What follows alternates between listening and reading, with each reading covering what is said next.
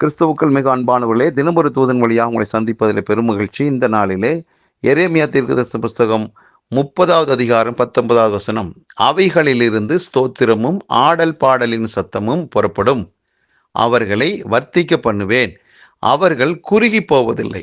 அவர்களை மகிமைப்படுத்துவேன். அவர்கள் சிறுமைப்படுவதில்லை என்று ஆண்டவர் அடிமைத்தனத்துக்குள்ளாக சிறைப்படுத்தப்பட்டதான மக்களை விடுதலை ஆக்கின பிறகு அவர்கள் இப்படிப்பட்ட நல்வாழ்வை வாழ்வார்கள் என்று ஆண்டவர் வாக்கு பண்ணுகிறார். அன்பானவர்களே, எப்படி இந்த மக்கள் சிறையிருப்பில் இருந்து விடுதலையாக்கப்பட்டாங்களோ அதே போலதான் நாமும் பாவம், சாபம், வியாதி, பலவீனம், தரித்திரம், இப்படி கொடூரமான விஷயங்களிலிருந்து நாமும் ஆண்டவர் இயேசு கிறிஸ்துவின் இரத்தத்தினால கழுவப்பட்டு விடுதலையாக்கப்பட்டவர்களாய், சிறையிருப்பிலிருந்து மீட்கப்பட்டவர்களாய் நாம் காணப்படுகிறோம். இதை கேட்டுக்கொண்டிருக்கிற உங்கள் எல்லாருக்குமே நல்ல ஒரு செய்தி, நாம் எல்லாரும் விடுதலையாக்கப்பட்டிருக்கிறோம் என்பதே. ஆகவே அப்படி விடுதலையாக்கப்பட்ட பிறகு நம்முடைய வாழ்க்கை எப்படி இருக்கும் என்று கர்த்தர் சொல்லுகிற ஒரு நல்ல வார்த்தை தான் இந்த வார்த்தை. ஆண்டவர் நமக்கு அந்த விடுதலை கொடுத்த பிறகு நம்முடைய வாழ்விலே புலம்பலின் வார்த்தைகள் வரக்கூடாது. அதற்கு பதிலாக ஆண்டவருக்கு நன்றி சொல்லக்கூடிய, துதிக்கக்கூடிய ஒரு நிலை வரும் என்றும், நாம் எல்லாரும் மகிழ்ச்சியோடு கர்த்தருக்கு ஆரவாரம் செய்வோம், ஆர்ப்பரிப்போம். அந்த அளவுக்கு நம்முடைய வாழ்க்கை மகிழ்ச்சிக்குள்ளாக்கப்படும் என்று ஆண்டவர் சொல்லுகிறார். அது மட்டுமல்ல, நாளுக்கு நாள் நாம் பலுகி பெருகுவோம். கூனி குறுகி போக மாட்டோம். நம்ம எண்ணிக்கையில் குறைஞ்சு போக மாட்டோம். நாளுக்கு நாள் விருத்தி அடைவோம்.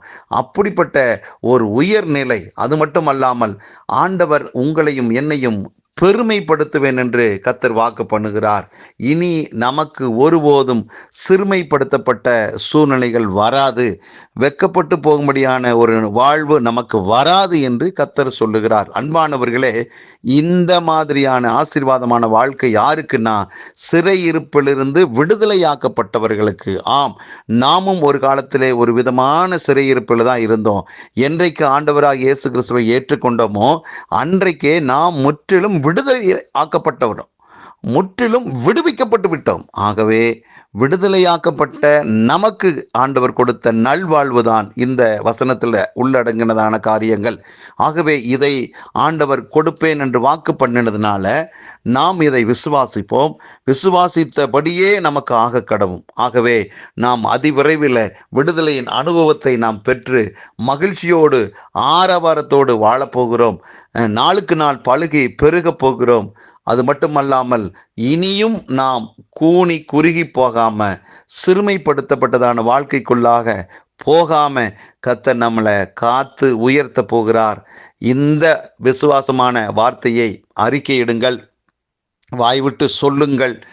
இந்த வார்த்தை உயிருள்ள வார்த்தையாக இருக்கிறபடினால் உங்கள் வாழ்விலே அது நடந்தே தீரும்.